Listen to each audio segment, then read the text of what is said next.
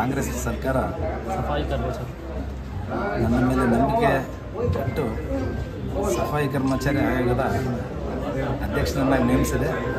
ಇದು ತುಂಬ ಭಾಳ ಜವಾಬ್ದಾರಿ ಇರತಕ್ಕಂಥ ಸ್ಥಾನ. ಸಾಕಷ್ಟು ಪೌರ ಕಾರ್ಮಿಕರ ತುಂಬ ಸಮಸ್ಯೆಯಲ್ಲಿ ನರಳ್ತಾ ಇದ್ದಾರೆ.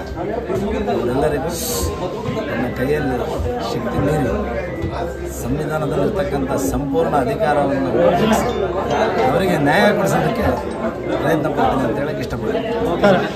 ಅಧಿಕಾರ ಸ್ವೀಕಾರ ಮಾಡ್ಕೊಂಡಿದ್ದೀರಾ? ಮುಂದೆ ಯಾವ ಥರ ಯೋಜನೆ ಮಾಡ್ಕೊಂಡಿದ್ದೀರಾ? ಅಧಿಕಾರ ಸ್ವೀಕಾರ ಮಾಡಿದ್ರೆ ಯಾವ ಥರ ಯೋಜನೆ ಮಾಡಿದ್ದಾರೆ? ಸ್ವಲ್ಪ ಕುತ್ಕೊಂಡೆಲ್ಲ ಮೀಟಿಂಗ್ ಮಾಡಿ ಇಲಾಖೆಯ ಸಂಪೂರ್ಣ ಮಾಹಿತಿಯನ್ನು ತಗೊಂಡು ಮುಂದಿನ ಕಾರ್ಯಾಚರಣೆಗಳನ್ನು ಮಾಡಿ ಕಾರ್ಮಿಕರಿಗೆ ನ್ಯಾಯ ಕೊಡಿಸೋಕ್ಕೆ